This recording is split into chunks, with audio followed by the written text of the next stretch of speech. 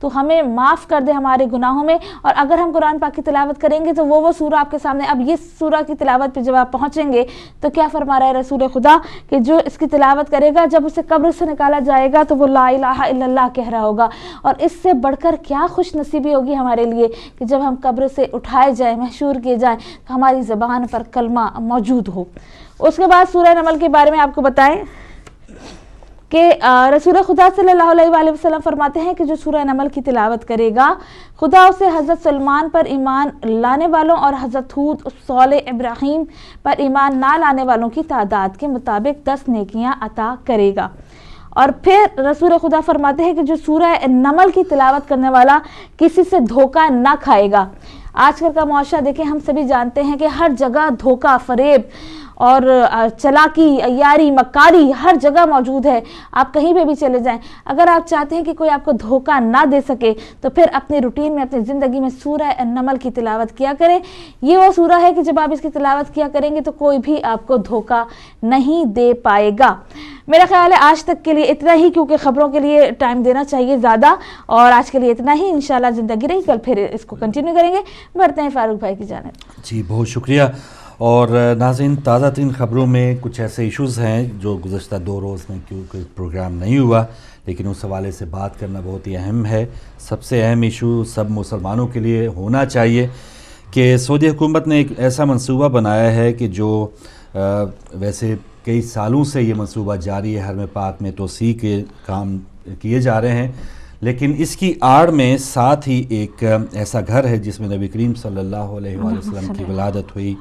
اور اب اسے ایک لائبریری بھی اس کے طور پہ استعمال کیا جاتا رہا ہے. لیکن اس کو مسمار کرنے کا ایک سعودی حکومت کا منصوبہ سامنے آیا ہے. فی الحال مسماری کے جو عمل درآمد ہونا ہے وہ نہیں ہوا, لیکن اس پر تمام مسلمانوں کو اپنی آواز ضرور بلند کرنا چاہیے. اور بتایا جاتا ہے, بلکہ تمام جو ایک فوٹیج ہے اگر کوشش کریں گے وہ چلے, کہ جو ساتھ ہی اس گھر کے شاہی محل بھی ہے, اور جس میں جو شاہی مہمان ہوتے چند گھنٹوں کا قیام کرتے ہیں, اور اس کی بلند و بالا جو عمارت ہے وہ اس انداز سے بنائی گئی ہے کہ آنے والے جو لوگ ہیں وہ اس سے تھوڑا سا وہ خوف بھی کھائیں یا اس کو مروب بھی ہوں. لیکن ساتھ نبی کریم صلی اللہ علیہ وآلہ وسلم کا وہ گھر جس میں آپ کی آمد ہوئی, اس گھر کو مسمار کرنے کی ہی باتیں ہو رہی ہیں, اور آڑ لی جا رہی ہے کہ اس کو وسیع کرنا ہے, میدان کو وسیع کرنا ہے, گنجائش بڑھانی ہے. تو یہ مسلمان جو ہم آج کا ٹاپک ہے, آگے چل کے آپ کو بات کرنے کا موقع بھی ملے گا. جنت البقیع کا آپ نے دیکھ لیا, اور اس جنت البقیع جو قبرستان میں جو مزارات تھے وہ مسمار کیے گئے. اس کے علاوہ دیگر جو اہم ترین مقامات تھے, گھر تھے, ان کو اس سے پہلے مسمار کیا جا چکا ہے. تو یہ کیا اسلام ہے؟ اسلام کے نام پہ یہ کچھ اس قسم کی جو اقدامات کیے جا رہے ہیں, یہ کوئی صرف شیعوں کا مسئلہ نہیں ہے, صرف سنیوں کا مسئلہ نہیں ہے. تمام جو لوگ جو نبی کریم صلی اللہ علیہ وآلہ وسلم سے محبت کا دم بھرتے ہیں, اور جب تک ہم یہ دم نہ بھریں اور جب تک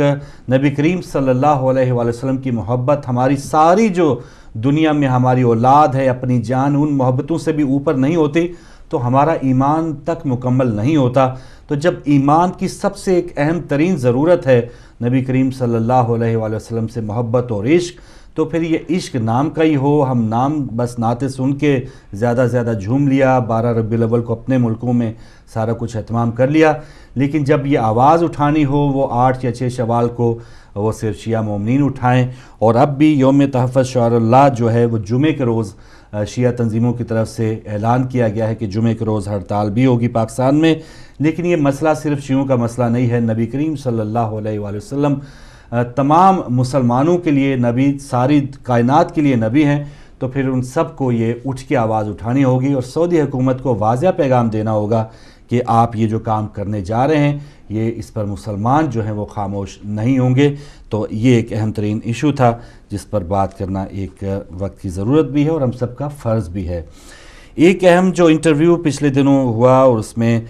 طالبان کے سب سے بڑے حمایتی جماعت اسلامی کے رہنما سید منور حسن, نام ان کا مکمل اس لیے کیونکہ بہت سے لوگ تو یہ کہیں گے کہ ان کا نام جس انداز کا ہے, ان کا عمل اور جو قول ہے, ان کا جو فعل ہے, اس نام سے اور اس منصب سے بالکل متصادم ہے. ایک سیاسی جماعت جو پاکستان کے ان کے جو بڑے ہیں ان کے وجود کے بھی خلاف رہے ہیں، لیکن پھر آہستہ آہستہ پاکستان کے وجود کو، اس کو کھانے کے لیے، اس کو استعمال کرنے کے لیے تو ضرور قبول کیا۔ پھر ایک ایسا موقع ہے جب جہاد کے نام پہ آپ ایسے لوگوں کے ساتھ بھی شامل ہو گئے۔ اس وقت آپ امریکہ کے وفادار تھے، جب روس پہ چڑھائی کرنا تھی، افغانستان کے حدود کو پار کرنا تھا، اس وقت پاکستان کے جو فوجی جوان ہیں اس وقت جو وہ شہید ہو رہے تھے امریکی اور روسی جنگ کے درمیان، تو اس وقت امریکن فوج کا جب ساتھ دیا گیا پاکستانی فوج کی طرف سے، تو اس وقت پاکستانی فوجی شہید تھے۔ اب یہ مسئلہ ہوا ہے کہ اب پاکستانی فوجی نہ تو شہید ہیں اور نہ ہی وہ مسلمان شہید ہیں جو بالکل بے گناہ مارے جا رہے ہیں۔ شہید ہیں اگر رتبہ ہے تو ان دہشت گردوں کا رتبہ ہے کہ جو پاکستانی فوجیوں کے سر قلم کر کے ان سے فٹ بال کھیل رہے ہیں، اور اس قسم کا جو ایک آپ دیکھ لیں کہ رویہ لاشوں کی پامالی کا، یہ پہلے صدیوں پہلے بھی ہو چکا ہے۔ ہم تاریخ سے واقف ہیں، کربلا سے لے کے، اور آج تک وہی یزیدی اپنا کام کر رہے ہیں۔ اور ایک سوال پہ وہ صاحب جو ہے، میں سمجھتا ہوں کہ اتنی بڑی خوش نصیبی ہے ہم سب جو عام مسلمان ہیں کہ ایسے لوگ جو ایک ہم حدیث پاک جب سنتے تھے کہ ایک ایسا گروہ ہوگا، ایک ایسا فرقہ بھی ہوگا کہ جن کو شکل و صورت سے آپ نہیں پہچان پائیں گے کہ یہ مسلمان کتنے، اور آپ ان سے مرعوب ہوں گے کہ یہ کتنے زیادہ صاف ستھرے، پڑھے لکھے، اور کتنے زیادہ پنجتن، یہ 5 وقت نمازی بھی ہیں۔ پنجتن کا تو وہ ان کو پتہ ہی نہیں ہے وہ کون ہستیاں ہیں، معذرت چاہوں گا۔ 5 وقت نمازی وہ اس انداز میں اپنی نمازوں کو وہ ادا کرتے ہوں گے کہ لوگ جو ہیں وہ ان سے متاثر ہوں گے، لیکن اسی حدیث کا آگے مفہوم ہے کہ ان سے اصل جو اسلام ہے وہ ان کے حلقوں سے ہی نیچے نہیں اترا ہوگا۔ اور جو غلاظت ہے وہ عام میں یہ موقع ملا ہے کہ ایک چینل پہ انٹرویو کے درمیان جب واقعہ کربلا ذکر ہوا تو اس صاحب کے لیے امام حسین علیہ السلام اور یزید کے درمیان فرق کرنا بہت زیادہ مشکل ہو رہا تھا۔ کل کوشش کریں گے وہ فوٹیج بھی آپ کو دکھائیں۔ تو یہ ایک ایسی میڈیا کی، میں سمجھتا ہوں میڈیا کی مہربانی ہے، اور ان لوگوں کے جو اصل چہرے ہیں جو اسلام کے نام پہ لوگوں کو بم باندھ کے پتہ نہیں کہاں سے کہاں لوگوں کے بچے بھی مروا رہے ہیں، اپنے ان کے بچے باہر بھی پڑھتے ہیں، سب کچھ کرتے ہیں، لیکن اسلام کی آڑ میں اسلام کا نام لے کر انہوں نے اسلام کو جس قدر نقصان پہنچایا۔ اصل اسلام ان لوگوں کا یہ ہے کہ ہم یہ جب بات کرتے ہیں نا کہ 12 ربیع الاول کے جلوس نہیں ہونے چاہیے، ہماری معیشت تباہ ہو جائے گی اگر محرم 10 محرم 11 محرم یا اس کے بعد اگر جلوس نکالے جائیں گے، مجالس کے لیے یا جلوسوں کے لیے ایک میدان ہونا چاہیے، تو یہ آہستہ آہستہ ان کی جو غلاظت بالکل کھل کے سامنے آ رہی ہے۔ اور اس دن تو بالکل حد ہی ہو گئی کہ جب یہ جانوروں کو تو شہید کہتے ہی تھے، لیکن اب ان کے لیے یہ کہنا اور کہنا اپنے آپ کو مسلمان ہے اور نبی کریم صلی اللہ علیہ وآلہ وسلم کا امتی کہنا ہے، لیکن آپ کا جو جھکاؤ ہے، آپ کا جو ساتھ ہے وہ سیدھا سیدھا یزیدیوں کے ساتھ ہے، اور آپ کا اپنا عمل بھی یزیدی ہے، تو پھر ہم اس نام کے جو مسلمان ہیں، مجھے امید ہے کہ بہت سے لوگوں نے وہ انٹرویو جب سنا ہوگا، کچھ تھوڑی بہت اس شخص کے ساتھ، اس جماعت کے ساتھ اگر رغبت بھی ہوگی تو میں سمجھتا ہوں کہ اب انہوں نے کنارہ کشی اختیار کر لی ہوگی۔ بغیر کسی تفریق کے آپ بالکل نیوٹرل ہو کے ان کی وہ بات سنیں گے تو آپ خود یہ خوف محسوس کریں گے کہ آیا ان شخص کا جب اینڈ ہوگا خدا را ہم ان کے ساتھ نہ ہوں، ہم عاشق رسول اگر ہیں صلی اللہ علیہ وآلہ وسلم تو ہم صحیح عاشق رسول کے ساتھ ہی ہوں۔ ایسی شخصیت خود بھی مرے گی اور ہمیں بھی مروائے گی، تو ایسے لوگوں سے ہمیں ضرور بچنا ہوگا۔ یہ بہت ہی ایک اہم پوائنٹ تھا جو اس ہفتے ہوا، اور مسلمانوں کے لیے ایک بہت بڑا لمحہ فکریہ ان کے لیے کہ جو ان کے پیچھے چل رہے ہیں، اور ان کے لیے جو ان کے پیچھے نہیں چل رہے، ان کا جو ایمان ہے اور بھی زیادہ تازہ ہوا ہوگا، اور اس شخص پہ جہاں پر اللہ تعالیٰ اور فرشتے جو ہیں اس پہ لعنت بھیج رہے ہوں گے، تو پتہ نہیں کروڑوں کی تعداد میں اس نے ان چند گھنٹوں میں وہ لعنتیں سمیٹی ہیں، اور ابھی تک لعنتوں کا اس شخص پہ سلسلہ جاری ہے، جس کی نظر میں یزید اور امام حسین علیہ السلام ان میں سے کوئی فرق کرنا بہت مشکل تھا کہ حق پہ کون تھا اور باطل پر کون تھا۔ جی، ایک اہم ایشو جو کل پاکستان اور آج کی اخبار میں بھی ہیڈ لائن ہے کہ طالبان کا جو یار ہے پاکستان کا غدار ہے۔ بہت سی کالعدم جماعتیں ہوتی ہیں کہ پاکستان کے جو وجود کے خلاف جنہوں نے کام کیے، دہشت گردی کی، ان پر پابندی لگا دی جاتی، تو بہت سی ایسی جماعتیں اب بھی ہیں جو سب کچھ وہ کر رہی ہیں کہ جو پاکستان کے خلاف جاتا ہے، پاکستان کے لوگوں کے خلاف جاتا ہے، لیکن ان کے دفاتر بھی ہیں، وہ ان کے تمام جو ایک پروٹوکول کا سلسلہ ہے ان کی کمیٹیوں میں لوگ بھی شامل ہیں، اور بہت سے صوبوں میں ان کے M P As M N As بھی موجود ہیں۔ تو ایسی جماعتوں کو ضرور ایک اہم ترین جو چیز ہونی چاہیے کہ جو طالبان کا یار ہے، جو وہ طالبان جو پاکستان کا آئین ہی نہیں مانتے، پاکستان کی جو دیگر شہری ہیں اگر ان کا اس انداز کا اسلام نہیں ہے جو وہ نام نہاد شریعت جس کی وہ بات کرتے ہیں، تو دوسرے لوگ واجب القتل ہیں۔ چرچز ہیں، امام بارگاہیں ہیں، مساجد ہیں، پولیو پلانے والے قطرے پلانے والی جو ٹیمیں ہیں وہ بھی واجب القتل ہیں ان کے لیے۔ پولیس اہلکار جو ٹریننگ پہ جا رہے ہیں وہ بھی قتل کے قابل ہیں۔ کوہاٹ میں کل بھی ایک دھماکہ ہوا، اس کی انہوں نے ذمہ داری قبول کی۔ تو ایسے جو قاتل ہیں وہ ایک طرف ہونے چاہیے، اور ان کو اب پاکستانی سیاست میں سمجھتا ہوں کہ ان جماعتوں کو بھی کالعدم قرار دینا چاہیے، اس میں چاہے بہت بڑے بڑے نام ہوں اور چاہے جتنی بھی بڑی دہشت گرد تنظیمیں ہوں۔ جو طالبان کا یار ہے وہ پاکستان کا غدار ہے، یہ ضرور ہونا چاہیے۔ اور اس میں کل جو ایم کیو ایم کی طرف سے ریلی نکالی گئی اظہار یکجہتی کے لیے، اس میں شیعہ تنظیموں نے بھی شرکت کی۔ حالانکہ ایم کیو ایم کے جو دیگر اقدامات ہیں اس پر بہت سی شیعہ تنظیموں کو اعتراضات بھی ہوں گے، لیکن اب یہ ایک ایسا وقت آیا ہے کہ ایک جو بہت بڑا دشمن ہے اس کے ساتھ اگر لڑنا ہے، اس کے ساتھ اگر لائے عمل بنانا ہے، تو آپس کی جو دوریاں ہیں وہ کم کرنا ہوگی، ختم کرنا ہوگی۔ Peoples Party M Q M Sindh میں پچھلے 5-7 سالوں سے جو کھیل آپس میں کھیلتی رہی ہیں اقتدار کا، وہ اپنے لیے تو ضرور کھیلتی رہی ہیں، ان کا اپنے آپ کو ضرور فائدہ ہوا ہوگا، لیکن اس وقت کیونکہ ایک سٹانس جو ہے طالبان کے خلاف پیپلز پارٹی کا، بلاول بھٹو کے آپ نے بیانات سنے، اور ایم کیو ایم کا الطاف حسین صاحب کے آپ نے بیانات سنے، تو ایک ہی ہے۔ جب موقف اس دشمن کے خلاف ایک ہے تو اب آپس کی جو دوریاں ہیں، بندرباڑ کی جو لڑائی ہے، اس کو ختم کر کے اہم کاز کے لیے ان سب کو ایک ہونا چاہیے۔ تو یہ بھی اب دیکھتے ہیں کہ وقت کی ضرورت تو یہی ہے۔ آگے ہمارے سیاستدان وہی کرتے ہیں کہ جو پاکستان کے مفاد میں نہیں جاتا اپنے مفاد میں جاتا ہے، تو کاش ہمارے سیاستدان اب یہ سوچ لیں کہ وہ کریں جو پاکستان کے مفاد میں جائے، پاکستان کے لوگوں کے مفاد میں جائے۔ اپنا تھوڑا سا اگر نقصان ہوتا ہے، آپ کو وزارت نہیں ملتی، آپ کو جھنڈے والی گاڑی نہیں ملتی، تو تھوڑا سا انتظار کر لیں۔ اگر جانیں بچ گئیں، پاکستان بچ گیا، تو آپ بھی یہی ہیں، سب کچھ یہی ہے۔ تھوڑا سا آپ صبر کریں اور اس جو دشمن کے خلاف ایک ہو جائیں۔ ایک اگلا ایشو تھا شوکت علی کی جو میت ہے وہ پاکستان پہنچ گئی ہے، اور شوکت علی 2 سال پہلے انڈین بارڈر کراس کر کے انڈیا چلا گیا، اور ایسے بہت سے قیدی پاکستان کی جیلوں میں بھی موجود ہیں۔ پچھلے دنوں مالدیپ میں پاکستان کے مشیر خارجہ سرتاج عزیز اور انڈین وزیر خارجہ سلمان خورشید صاحب کی ملاقات ہوئی، فوٹو سیشنز ہوئے ہیں، ہمارے پرائم منسٹرز ملتے ہیں، یو این او میں کہیں بھی ملتے ہیں، بہت ہی پرتپاک انداز میں آؤ بھگت ہوتی ہے،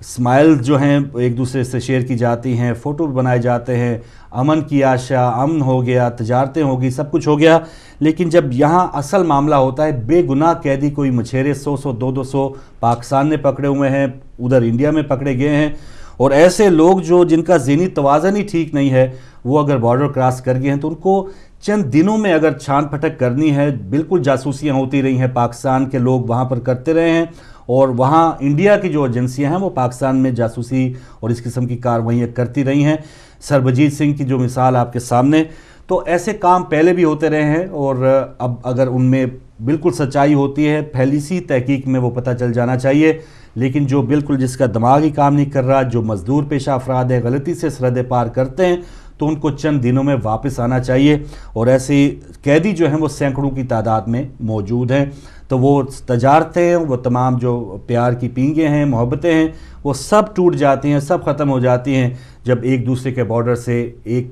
اپنے شہری کی جو لاش ہے یا میت ہے، وہ ایک جو انڈیا سے لاش آ رہی ہے پاکستان میں، اور پاکستان سے لاش جا رہی ہے انڈیا میں، تو جب تک یہ ختم نہیں ہوگا، پاکستان اور انڈیا کے جو تعلقات ہیں وہ اس نہج پہ اور اس انداز کے امن کے ساتھ نہیں آ سکتے۔ یہ چنگاری ہے، کسی وقت بھی پھوٹ سکتی ہے، اور یہ آگ کی شکل بھی لے سکتی ہے۔ تو ایسا دونوں حکومتوں کو چاہیے۔ عوام دوریاں نہیں چاہتے، عوام جو ہیں وہ آپس میں محبت کرتے ہیں۔ بہت سے رشتہ دار، بہت سے ایسے خاندان ہیں جو سال میں آتے جاتے رہتے ہیں، لیکن جو حکومتیں ہیں ان کے اقدامات بہت میٹر کرتے ہیں۔ آپ یہ جو کام ختم کریں گے، اس قسم کی وارداتیں، اس قسم کے جو کام ہیں کہ آپ کی جیلوں میں وہ بندہ مار دیا جائے اور اس کو کہا جائے کہ اس نے خودکشی کی ہے، اور وہ بندہ جس کو آپ خود مان رہے ہیں کہ اس کا ذہنی توازن ٹھیک نہیں ہے تو اس کو تو کئی سال پہلے چھوڑ دینا چاہیے تھا، جو 2011 میں آپ نے پکڑا۔ تو یہ سراسر جو ایک حکومتی قدم تھا اس کی ضرور مذمت کرنی چاہیے، اور ایسے اقدامات کو روکنے کے لیے اب بھی تھوڑا سے چھان پھٹک ہونی چاہیے کہ جو قیدی بے گناہ قید ہیں پاکستان میں انڈیا کے یا پاکستان کے انڈیا میں، تو یہ تمام چیزوں کو ختم کرنے کے لیے تبادلہ ضرور ہونا چاہیے۔ جی آتے ہیں کچھ کھیل کے میدان میں۔ اس وقت انڈر 19 ورلڈ کپ کا کوارٹر فائنل پاکستان انڈر 19 اور انگلینڈ انڈر 19 کے درمیان جاری ہے، اور پہلے کھیلتے ہوئے انگلینڈ کی ٹیم 135 رن 6 کھلاڑی آؤٹ ہوئے تھے اور 41 اوورز ہوئے، تو اس میں پاکستان انڈر 19 امید ہے کہ کچھ نہ کچھ اپر ہینڈ رکھے ہوئے ہے، اور کل ایشیا کپ میں پاکستان اور سری لنکا کے درمیان میچ ہوگا، اس کا بھی آغاز ہو رہا ہے۔ تو یہ ایک اہم ترین میدان کی خبر تھی، اور اہم ترین خبر یہ کہ قومی کھیل جو پاکستان ہاکی ٹیم کے حوالے سے جو ایک خبر ہے کہ پاکستان ہاکی جو ورلڈ چیمپئن رہی ہے، چیمپئنز ٹرافی کی چیمپئن رہی ہے، اولمپکس میڈل بھی رہتی رہی ہے، تو ہماری جو حکومتیں ہیں سندھ فیسٹیول پہ کروڑوں روپے لگ گئے۔ کل بھی پاکستان میں 4 لاکھ افراد نے قومی ترانہ پڑھ کے سنانا تھا، گا کے پڑھنا تھا، تو اس کا ایک ریکارڈ قائم ہو جانا تھا، لیکن وہ ایک سیکورٹی کی وجہ سے اس ساری تقریب کو معطل کرنا پڑا۔ اس سے پہلے انسانوں کا سب سے بڑا پرچم تیار کرنے کا ریکارڈ پاکستان نے بنایا ہے، تو یہ ایسے ریکارڈ ہیں کہ جو نہ بھی ہوتے وقتی طور پہ تو اس کا کوئی پاکستان کو نقصان نہیں ہونا تھا، لیکن جو قومی کھیل ہے پاکستان کا اس نے صرف 16 کروڑ روپے مانگے تھے پاکستانی حکومت سے، لیکن پاکستانی حکومت نے اس ٹال مٹول کے چکر میں اب وہ اذلان شاہ کی ٹورنامنٹ جو ہونا تھا ملیشیا میں، اس کے لیے بھی وہاں پاکستان کا جانا، پاکستان کی ٹیم کا وہاں پر رسائی کرنا مشکل ہو گیا ہے۔ تو کرکٹ پہ کروڑوں اربوں روپے اس کی بات ہوتی ہے، لیکن جو قومی کھیل ہے، ہم پرچم بنا رہے ہیں، ثقافت کی بات کر رہے ہیں، لیکن قومی کھیل کے ساتھ اس قسم کا رویہ کہ گرتے اب تو ورلڈ کپ کے لیے کوالیفائی بھی نہیں کیا، اور جو چھوٹے موٹے ٹورنامنٹس ہیں اس کے لیے بھیجنے کے پیسے پاکستانی حکومت نہیں دے رہی، تو یہ ایک دوہرا معیار ہے۔ ایک طرف تو ہم اپنی نمود و نمائش کے لیے لیجیے جی، شہباز شریف صاحب نے اتنے ہزار لوگوں کو اکٹھا کیا اور قومی ترانہ گا دیا گیا، پرچم لہرا دیا گیا، یہ ریکارڈ بن گیا پنجاب کے لیے، تو یہ صوبے اپنا اپنا کام کر رہے ہیں۔ سندھ میں جی فیسٹیول ہو گیا، بلاول بھٹو زرداری نے وہ کتنے مہمان آئے باہر سے اور لڈیاں ڈالی گئی، سب کچھ ہو گیا، جمالو ہو گئی، لیکن وہ صوبے کے کھاتے میں ضرور جائے گا، لیکن پاکستان کا کھاتا، پاکستان کا جو تشخص ہے، پاکستان کا جو قومی کھیل ہے، اس کی طرف کسی بھی صوبے کا دھیان نہیں ہے، وفاق کا دھیان نہیں ہے۔ اور افسوس کی بات ہے کہ ایک اور خبر جو سامنے آئی کہ قائد اعظم کے مزار کے اندر بھی کچھ اس قسم کی ایسی حرکات یا اس قسم کی ناخوشگوار یا نازیبا جو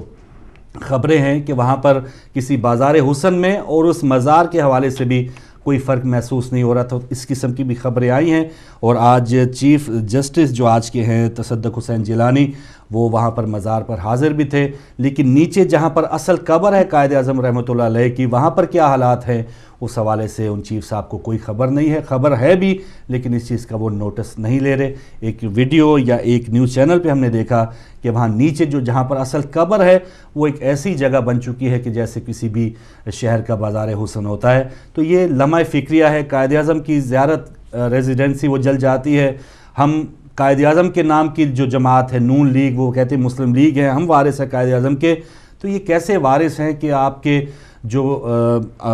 بانی ہیں پاکستان کے، ان کی قبر کے ساتھ یہ سلوک ہو رہا ہے، ان کی جو ریزیڈنسی اس کے ساتھ یہ سلوک ہو رہا ہے، تو آپ کس قسم کے آپ اس کے وارث قرار دیتے اپنے آپ کو؟ تو اس میں ہمارے حکمرانوں کو سوچنا ہوگا۔ جب تشخص کی بات ہوتی ہے، یہاں پر آپ دیکھ لیں، ویسٹ میں دیکھ لیں، پرانے مجسمے لگے ہوں گے کہ یہ فوجی ان کے سٹیچوز بنے ہیں، مجسمے لگے ہیں 1574 1680 1700، یہ 300 سال پہلے کے لوگ جو یہاں برٹش کے لیے کچھ کام کرتے رہے، ان کے مجسمے لگے ہیں، ان کو پھول بھی پیش کیے جاتے ہیں، سب کچھ ان کی شان انداز سے وہ دن منائے جاتے ہیں، لیکن ہم اپنے ماضی میں جو کام آئے لوگ ہیں ان کو بھی بھلا رہے ہیں اور اس انداز میں بھلا رہے ہیں۔ تو شاید ہم اسی قسم کا کام کر رہے ہیں جس قسم کا کام سعودی حکومت کر رہی ہے کہ جو دین جس کا ہم نام لیتے ہیں، نبی کریم صلی اللہ علیہ وآلہ وسلم جن کا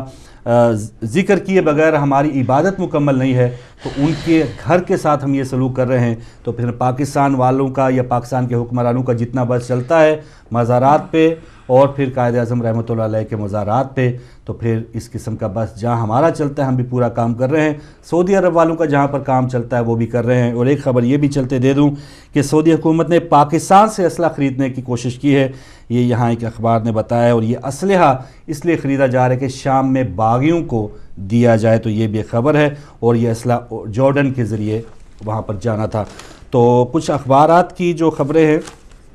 اہم ترین خبریں میں نے دے دی۔ کوہاٹ میں جو دھماکہ ہوا 12 افراد جاں بحق ہوئے، اس کی خبر ہے۔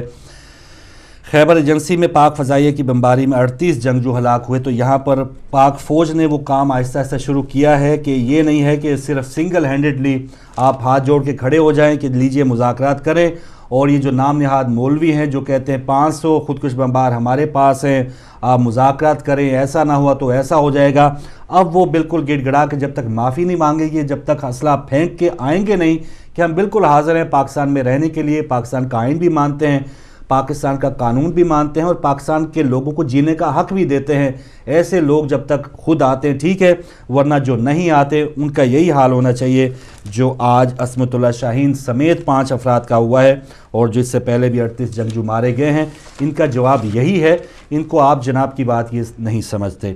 تو ہم بھائی سے پوچھتے ہیں کوئی تصویر ہم نے دکھائیں گے یا جی تصویر ہے، جی تصویر، وہ ویڈیو تو نہیں دکھا پائے ناظرین، یہ وہ تصویر ہے جو نبی کریم صلی اللہ علیہ وآلہ وسلم کی ولادت پاک کی جگہ ہے، اور اب اسے ایک لائبریری کی شکل میں رکھا گیا ہے، لیکن اب اس کو بھی مسمار کرنے کی بات ہو رہی ہے، اور ویڈیو جب ہم دکھا پائیں گے بریک کے بعد تو اس کے دائیں جانب جو ہے وہ شاہی محل بھی ہے، بالکل بلند و بالا محل، اس کو کوئی ہلا نہیں سکتا، لیکن یہ وہ عمارت ہے، وہ جگہ ہے جہاں پر نبی کریم صلی اللہ علیہ وآلہ وسلم کی آمد ہوئی، اور سعودی حکومت جو ہے وہ اس کو بھی گرانے کے در پہ ہے۔ تو ہم مسلمان ہیں، پتہ نہیں ہمارا ایمان کس سطح پر ہے، ہمارا خون بھی نہیں کھولتا، ہمیں غصہ بھی نہیں آتا، ہم کہتے ہیں کہ ٹھیک ہے وہ جو کر رہے ہیں وہ ٹھیک کر رہے ہیں۔ تو اس پر آپ کے خیالات اور اس کے بعد پھر بریک کریں۔ بالکل وہی فاروق بھائی کہ